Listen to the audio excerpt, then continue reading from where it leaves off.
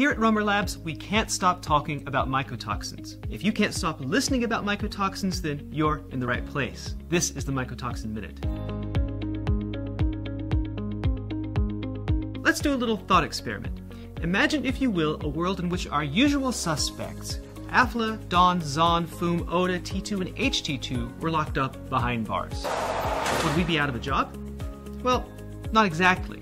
As we've said many times before, there are something like 400 mycotoxins out there that we know of. Of course, not every mycotoxin is equally dangerous. Not every single one poses the immediate threat that, say, aflatoxin B1 does. That said, among these 400 or so compounds is a handful that are often called emerging mycotoxins. It's a bit of a misnomer. The mycotoxins are real and present, are detectable, and even able to be characterized with highly sensitive and selective methods such as LC-MS. So what's exactly emerging about these so-called emerging mycotoxins? Two things: our understanding of them, and perhaps somewhere down the line, our readiness to begin regulating them. I'll give you an example. Some of these emerging mycotoxins are known as eniatins. We know where they come from.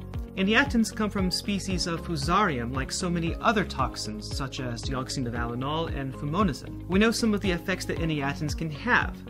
They have cytotoxic effects and can inhibit cellular transport proteins. While it's good that we know this, there are some important things about eniatins that we don't understand. What is their frequency of occurrence? At what level of concentration can we say that grain or feed with eniatins is contaminated?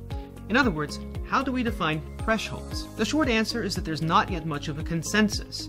There's just not yet enough data. This is true of other emerging mycotoxins such as bovaricin, huizoproliferin, monoleformin, and a host of other exotic-sounding names you've probably heard of only in passing, if at all. So, until we learn a bit more about the eniatin gang and the rest, they're free to roam the grains of the earth as they wish. And that concludes our little thought experiment. Okay, you can go. For now. Thanks. We'll see you soon.